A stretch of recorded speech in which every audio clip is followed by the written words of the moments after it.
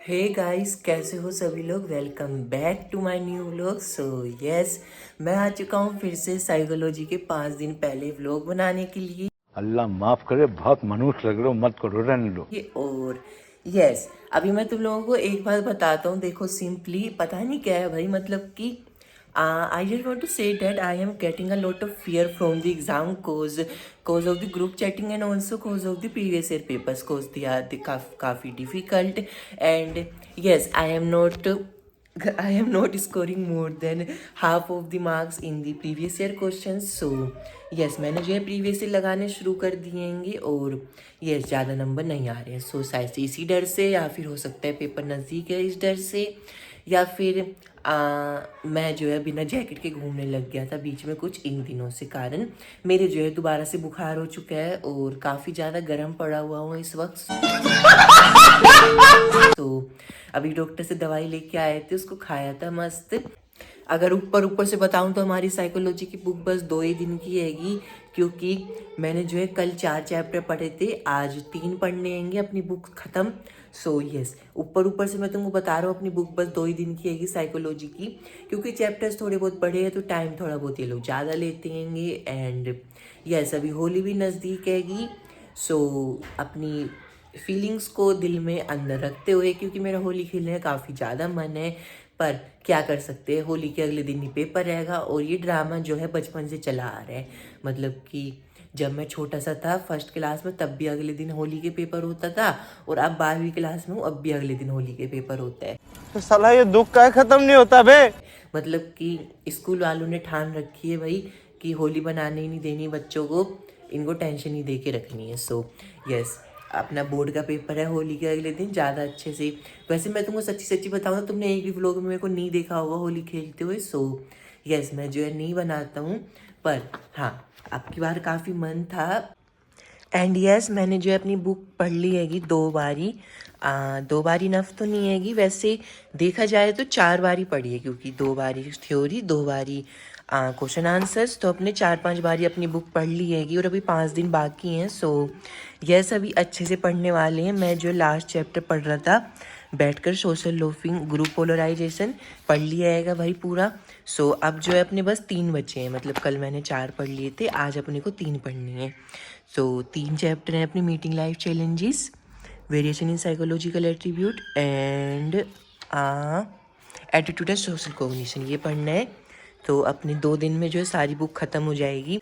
And yes, तुम में से एक भाई कमेंट कर रहा था कि भाई तुम नीचे वाले कमरे में ही क्यों बैठ के पढ़ते रहते हो, टेबल है तो टेबल पे क्यों नहीं पढ़ते, टेबल और कुर्सी का सदुपयोग करो, उस पर बैठ के पढ़ो।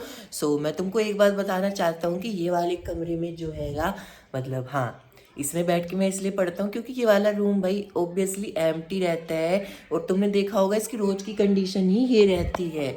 सो यस, यहाँ पे कोई बैठता उठता नहीं हैगा, मतलब कि ज़्यादातर गर्मी में ही बैठते हैं क्योंकि एसी लगा हुआ है ना वहाँ पे।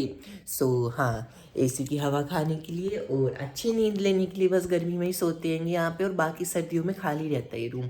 सो यस, इसी वजह से, इसी कारण से मैं यहीं पे बैठता हूँ। और यस, नीचे का रूम है ना, थोड़ा बहुत ठंडा भी रहता है, और दूसरा बताऊँ तो शांति भी रहती हैगी। सो यस, मेरा बस यही कारण था यहाँ पे बैठने का, और टेबल और चेयर यहीं पे लगी हुई थी करेक्ट यहाँ पे, बट मेरे भाई को पता नहीं क्या चुल मची और वो ऊपर लेके चला गया उसे, कि हमारे सामने बैठ के पढ़े बंदा, मतलब उनको पता नहीं चलता ना कुछ भी क्या पढ़ता हूँ मैं। अपना काफ़ी सीक्रेट स्टडी कर रहा हूँ भाई, ओबियसली अपनी बुक पढ़ रहा हूँ, और मतलब कि बस तैयारी जानने के लिए कि कितना पढ़ लिया क्या पढ़ लिया। इस वजह से टेबल चेयर ऊपर लगा दिया था, तो मैंने एक दिन निकाल के मतलब सब कुछ समेट दिया, मैंने सब बता दिया कि हाँ अपने सारे चैप्टर्स हो चुके हैं, रिवीजन भी कर लिए हैगा, क्वेश्चन आंसर्स पढ़ लिए हैंगे, अब बस बारी बारी दौड़ दौड़ के अच्छे नंबर लाने की तैयारी करनी है। सो मैंने अच्छे से बता दिया उनको। सो अब थोड़ी बहुत शांति रहती है मेरे जीवन में, ये कहना चाहूँगा मैं। सो यस, अगर तुम्हारे घर में कोई बड़ा हैगा तो उसको भाई बता दिया करो क्या पढ़ते हो, वरना टेंशन लगी रहती है लोगों को कि पढ़ रहे हैं कि नहीं पढ़ रहा। थंबनेल पे ये क्यों लिखा हुआ है कि इट कुक्ड मी, मैं तुम्हें अभी कारण बताता हूँ उसका। सो एक बार ये साइकोलॉजी का एग्ज़ाम देखो, 2023 का पेपर रहेगा। मैंने जो क्वेश्चन ट्राई किए थे और जो जो सही हो रहे थे उसके आगे टिक लगा दिए। सो ये चारों अपने सी थे और शुरू में ही 2 गलत हो गए, 6 में से 2 गलत हो गए। Okay, very good. और उसके बाद फिर पीछे देखें अगर हम लोग तो ये वाले क्वेश्चंस मैंने करे ही नहीं क्योंकि भाई लगे ही नहीं। अब ये सारे सो साफ साफ छूट गए और इसके बाद फिर मैंने 2 लगाए थे और यहाँ पे 2 लगाए थे। सो यस अपने इसमें ज़्यादा सही नहीं हुए। सो तुम कह सकते हो कि अपनी तैयारी अभी ढीली पड़ रखी है। और क्वेश्चन आंसर्स की तो भैया पूछना ही मत, क्योंकि क्वेश्चन आंसर्स तो मतलब कि ऐसे दे रखे हैं जैसे कि भाई आ बहल मुझे मार आएगी क्वेश्चन आंसर्स को पढ़ना और उनको आंसर करना। और मैं तुमको बताना चाहूँगा कि मैंने अपनी प्यारी दोस्त से पूछा था ऐसे में बड़ा सख्त लौंडा हूँ कि भाई क्या कोई टिप हैगी साइकोलॉजी में अच्छे नंबर लाने की। सो वो मेरे को सीधा सीधा बोलते कि भाई कोई टिप नहीं है, देख मैं बताऊंगी नहीं तेरे को कुछ भी। ये भगवान क्या जुल्म है। और मतलब कि पेपर में कुछ नहीं बताएगी। और यस लड़कियों का यही होता है कि पेपर में कुछ पूछना मत उनसे, ना पूछेंगी ना पूछेंगी, मतलब ना पूछेंगी ना बताएंगी। सो सिंपल बता दिया उसने पहले ही मेरे को एग्ज़ाम के 5 दिन पहले ही। और दूसरा बोलती है कि भाई इजी आता है पेपर, बस 5-6 बार ही रीड कर लो। मैं तो अभी 2 ही 3 चैप्टर पढ़ के बैठी हूँ। सो मैंने कहा कि भाई इजी और डिफ़िकल्ट तो दोनों बोल रही है क्योंकि तूने 2-3 चैप्टर पढ़े हुए हैं, और दूसरा सारी बोल रही है कि ईजी आता है पेपर। सो मतलब कि वो सिंपल अपनी बातों में पकड़ी गई और मेरे को बुद्धू बना रही थी ये बोल के कि ज़्यादा मुश्किल नहीं आता है पेपर, अच्छे से पढ़ के कर देना, बस लिख देना कुछ भी। Sorry sorry sorry sorry sorry. So मैं तुमको ये वाला सेट दिखाता हूँ, 2025 का पेपर रहेगा। इसमें मैंने सारे किए थे, शुरू में ये सही हुए, ये दोनों सही हुए। इस वाले क्वेश्चन में मेरे को थोड़ा बहुत डाउट हैगा, इसमें आंसर्स यही होना चाहिए क्योंकि देखो individual twins Rudyard in different environment. So different environment में रियर कर रहेंगे तो 0.72 आएगा, और सिबलिंग्स रियर्ड अपार्ट इसका सबसे कम आएगा 0.25। सो अगर 4 का 4 लगा दें तो 4 का 4 2 में है, पहले और दूसरे में से होगा। Brothers and sister rear together इसका 0.50 होगा, है ना। सो 3 का 1 होगा, 3 का 1 होगा, 3 का 3 होगा, 0.72, 3 का 1 होगा। सो आंसर ये वाला होना चाहिए, बट पीछे ये वाला लगा हुआ है बुक में। सो मेरे को थोड़ा बहुत इसमें डाउट हैगा। और इसमें देखो कितने सही हुए हमारे, गलत देखो पहले तो 1 2 3 गलत हो गए शुरू में, उसके बाद फिर पीछे भी अपना 1 गलत हो गया, और यस इतने ही थे। सो तुम लोग कह सकते हो कि अपनी तैयारी काफ़ी ढीली चल रही हैगी इस वक्त, क्योंकि एमसीक्यू में सारे नहीं मार पा रहा हूँ।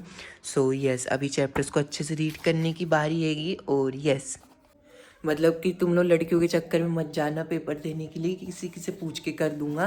भाई तुमको सीन बता दिया मैंने एग्ज़ाम हॉल का क्या होगा पहले ही। सो वो कुछ भी नहीं बताने वाली हैंगी भाई। और तो अपना अच्छे से पढ़ के जाओ, अभी भी टाइम आएगा बच्चा पार्टी। सो यस अपने दोस्तों को मैं यही एक टिप देना चाहूँगा जो कि मैंने कल रात में ली थी, मतलब कल रात में सीखी थी। सो क्या करी भाई मतलब ऐसे ही चल रहेगा। और अभी मैं आज पढ़ने वाला हूँ। देखो सबसे पहले तो अपनी थ्योरी एक बार ही 3 चैप्टर पढ़ के वो ख़त्म कर देंगे पूरी बुक, और उसके बाद फिर अपने क्वेश्चन आंसर्स फिर से लगाएंगे सारे चैप्टर्स के, मुश्किल वाले के पहले, आसान वाले के बाद में, क्योंकि आसान वाला तो वैसे भी आसान है, मुश्किल वाला तो बहुत मुश्किल है, इसलिए उसको पहले से करेंगे। सो यस अपनी आज की स्ट्रेटेजी यही रहने वाली है। और क्या क्या बात कर रहे हैं? और ये एग्ज़ाम रिजल्ट्स देख के तुमको एक बात तो पता चल गई होगी, पेपर मतलब साइकोलॉजी का यूं है। In darkest nights, His hand we hold, His mercy shines more pure than gold in every storm.